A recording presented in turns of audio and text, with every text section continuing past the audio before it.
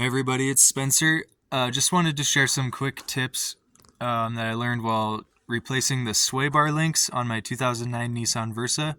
I'm not a mechanic or anything, so use this at your own risk, but I needed to replace the sway bar links. They help with the alignment and stability. It is this piece right here. It runs from up here. There's one bolt on this side on the top, and there's one bolt on the back on the bottom right there. And then the same thing on the other side. This is the driver's side. So to do it, you got to take the tire off. We jacked up both sides just to make sure the weight was not on one tire and creating pressure on the other part, because this sway bar connects across the whole width of the car. So we jacked up both sides. Took the tire off. I always throw it under there just to make sure if the jack did fail that the car will fall on the tire and not damage all of the parts up here. Yeah, take the tire off, get in here, loosen this bolt, loosen the bolt there on the back. This top one came off pretty easy. The bottom one was pretty stuck and harder to access with the impact wrench.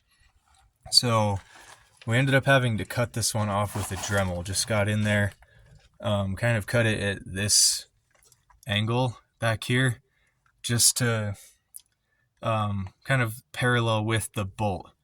And it came loose eventually. It was kind of a battle. And then tightening it back up was a lot easier just by hand. We did the top one with the impact. Well, and let me show you here on the passenger side. The top one came off with the impact just as easy, but I noticed there's a little more room in here.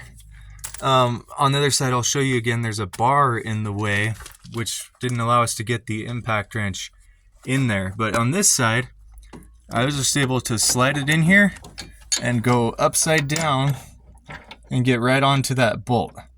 So that was very helpful to get that part loose.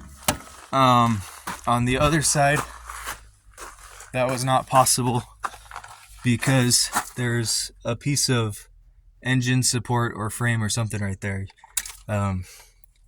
This piece right here.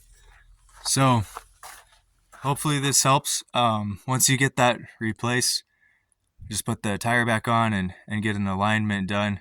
Again, I'm not a certified mechanic or anything, but hopefully this is helpful if you're a do-it-yourselfer like me.